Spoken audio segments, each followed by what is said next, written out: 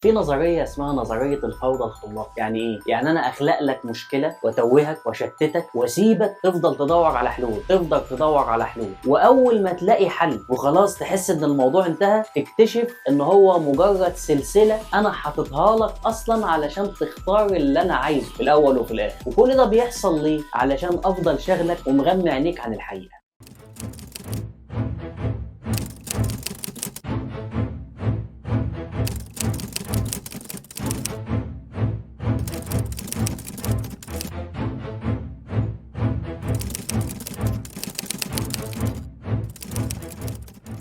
السلام عليكم، واتمنى فعلا السلام يعم علينا بقى ونخلص من الكيان الصهيوني، الكيان المغتصب ده، ونخلص من كل الهم اللي احنا شايلينه على قلوبنا بقالنا سنين. اكيد كلنا متابعين الاخبار، واكيد كلنا شايفين الاحداث اللي بتحصل، ويمكن انا طالع دلوقتي يعني احلل الموضوع بشكل بسيط شويه، وفي نفس الوقت اخدكم لسكه بعيد شويه عن اللي احنا فيه دلوقتي. ليه؟ لان الحقيقه انا شايف ان احنا عايشين في مسرحيه، وعايشين في مسرحيه سخيفه جدا، وعايشين في كميه كذب وكميه ضلال وكميه اسفاف مش طبيعيه. كأن انت بالظبط داخل دافع فلوس في سيرك وانت عارف ان انت هتدخل تتفرج على مهرجين. المشكله فين بقى؟ لما تصدق ان المهرجين دول عايزالك الاستفاده. في فرق كبير ان هم يكونوا عايزينك تضحك او عايزينك تسلي وقتك، وفرق كبير ان هم شايفينك فعلا مصدقهم، ان انت فعلا مصدق اللي بيحصل، مصدق كميه الكذب اللي بتحصل دي. لو انت بتعمل كده علشان خاطر انا اشتري منك واضحك واتسلى على الاخبار، تمام. انما كون ان انت بتصدر لي الرعب، وبتصدر لي الخوف، وبتصدر لي ان هيبقى في حرب نوويه، وان العالم هيتغير، وان انت هتنهي علينا، كل ده ممكن يكون فعلا في مخططهم. كل ده وارد ان هم يكونوا عايزين يعملوه، خصوصا لما تشوف رئيس زي ده، ورئيس المفروض ان هو اكبر رئيس لاكبر دوله في العالم. يعني بناء على ايه لما يكون شخص زي ده بالسفه ده، بالكذب ده، بالحماقه دي، رئيس لاكبر دوله في العالم؟ بغض النظر يعني ان احنا ارتضينا ان هي اكبر دوله في العالم، يعني بناء على ايه برضه اكبر دوله في العالم؟ ممكن تكون اكبر دوله في العالم عشان السلاح اللي عندها بقى، عشان التطور والتكنولوجيا والسلاح اللي موجود عندها، لكن هي اكبر دوله في العالم بناء على ايه؟ اكبر دوله في الفساد، اكبر دوله في الاستعمار، اكبر دوله في التضليل. هو ده اللي انا شايفه الحقيقه. يعني ده اللي انا شايفه، كميه كذب وكميه اخبار وحرب اعلاميه سخيفه جدا، سخيفه جدا. وكل ده ليه؟ كل ده ليه؟ علشان نفضل عايشين في نفس الدوامه دي، علشان نفضل عايشين في نفس الساقيه، علشان ناخد اختياراتنا منهم، علشان يرسموا لنا حدودنا، علشان يخططوا لحياتنا. بناء على ايه يعني؟ بناء على ايه؟ يعني احنا عايشين في ماتريكس بقى سخيف جدا وممل جدا. يعني انا اول ما الحرب دي بدأت وانا فعلا كنت زعلان، وما زلت زعلان اكيد على ايران، لان ايران دولة كبيرة وتاريخ كبير وحضارة كبيرة وشعب عظيم جدا جدا، فاكيد انا زعلان عشانهم، واكيد اتمنى لهم النصر. ولكن اللي بيحصل ده من تصريحات ومن ادعاءات ومن تضليل، شغل مدارس ابتدائي. لما يطلع رئيس زي ترامب ويطلع يقول لك احنا هنضرب، لا مش هنضرب، ده لسه اسبوعين، لا لسه يومين، لا شيلوا النووي، لا هاتوا النووي. ايه المسرحيه اللي احنا عايشين فيها؟ تحليل البسيط للمشهد اللي احنا عايشين فيه ده، هو فعلا الموضوع فيه انتصار لايران على ارض الواقع. مش انتصار عسكري يعني يا رهيب، لا، انتصار في الوقت. ان هم عندهم استعداد يحاربوا لحد يوم القيامه الصبح، ما عندهمش مشكله خالص خالص، ما عندهمش مشكله لا ياكلوا ولا يشربوا ولا يعملوا اي حاجه خالص غير ان هم ياخدوا حقهم. وده شيء جميل على فكره بالمناسبه، انا مش بنتقده، بالعكس. يعني انا شايف ان انت طالما بتصد عن حقك وعن ارضك وعن بلدك وعن ناسك وعن عقيدتك وعن ايمانك، ده شيء عظيم جدا على فكره، اتمنى ان احنا نعمل زيه. لكن انا بتكلم على الجانب الثاني، تصدير الانتصار الوهمي لكل العالم والناس تصدق. انتوا بتتكلموا ازاي؟ هو لو باع ان هو انتصر للعالم كله، ما اعتقدش ان هو هيضحك على الايرانيين، لان الضربه اللي حصلت دي معناها حاجه واحده بس، ان ايران محققه مكاسب على ارض الواقع. ده تحليل البسيط جدا، يعني ان ايران محققه مكاسب على ارض الواقع، وان ايران ما عندهاش اي مانع تفضل تضرب شهر وشهرين وسنه و10 سنين بالصواريخ البالستيه دي، ما عندهاش اي مانع خالص.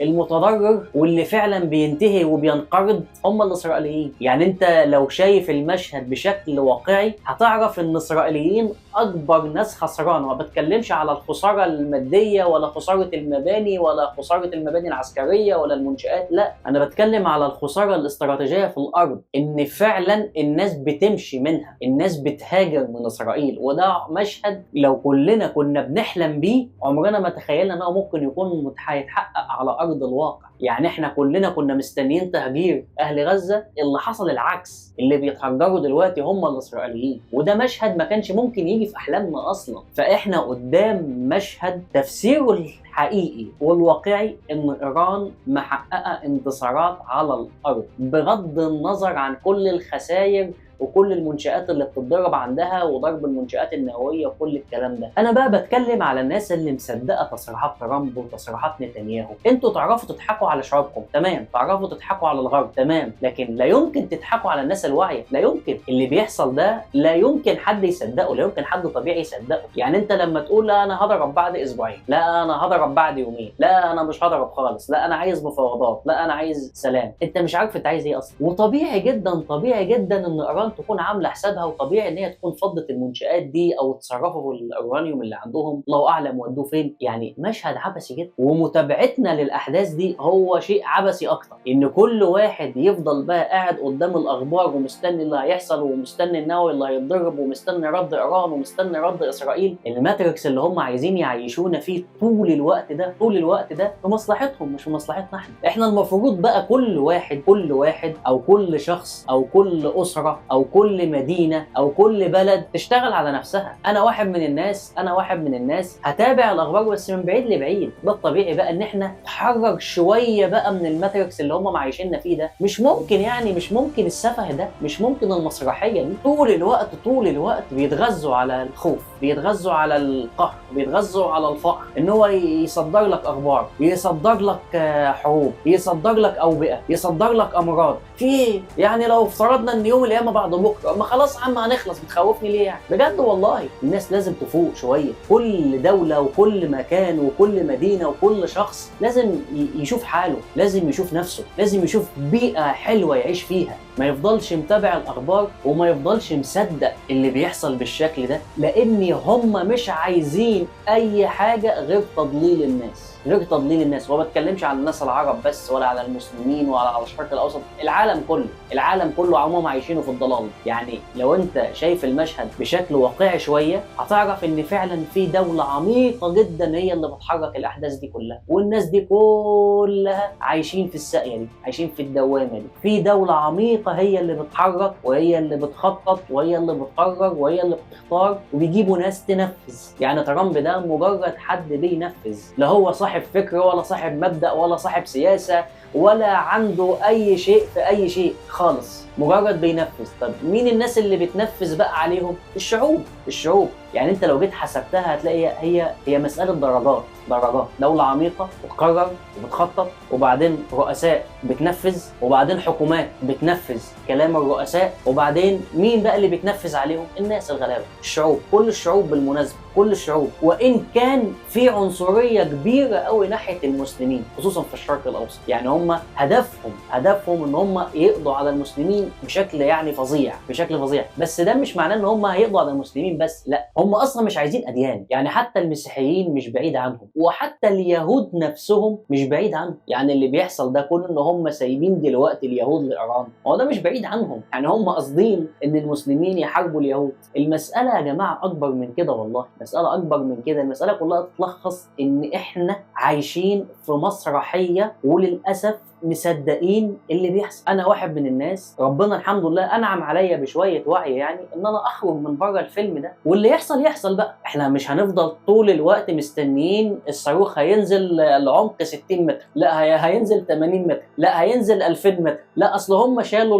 النووي، لا اصل هم جابوا النووي. ايه ده؟ ايه اللي احنا عايشين فيه ده؟ وطبعا كميه اخبار وكميه تحليلات وكميه فيديوهات.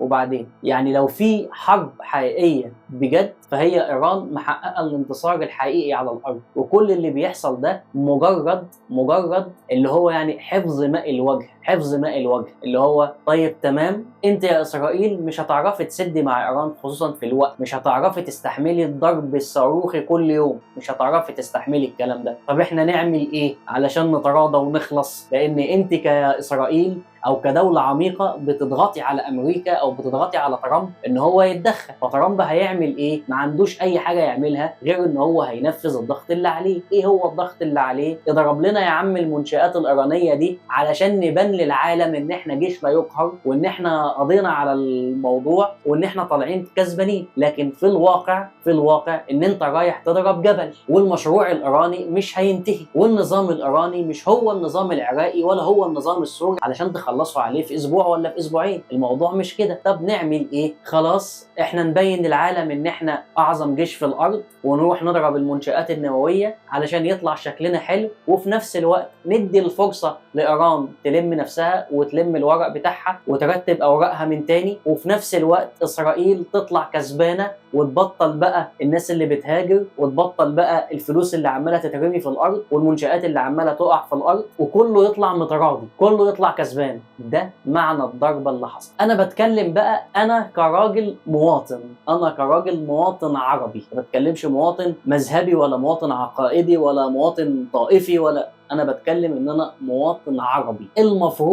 المفروض ان انا اصدق المسرحيه دي. وبالمناسبه مش بس مواطن عربي، اي مواطن اي جنسيه على مستوى العالم المفروض ان انت تكون مصدق الفيلم العبيط ده وافضل اتابعه. طب هتقول لي ما هو ممكن فعلا ايران تقفل مضيق جبل هرمز، وممكن تضرب القواعد العسكريه الامريكيه في الخليج، وممكن يعني يضربوا نووي، وممكن يعملوا نظام جديد. هم عايزين كده اصلا، هم مستنيين رد فعل ايران. وزي ما قلت في الاول كده، الفوضى الخلاقه هو عايزك تعمل كده علشان خاطر لما يغير سياسه النفط في العالم كله يكون هو بيعمل كده بناء على حق من وجهه نظره. هو عايز الفوضى. اللي بيحصل ده هم عايزين الفوضى، نفس اللي حصل بالظبط ايام كورونا. احنا رايحين لمشهد متكرر باختلاف السيناريو. النهارده هنعمل حرب، بكره هنعمل وباء، بعده هنصنع اشعاع، بعده هنلعب في المناخ. عايشين في مسرحيه هزليه والله العظيم. وعلشان كده انا كلامي للناس البسيطه اللي انا منهم،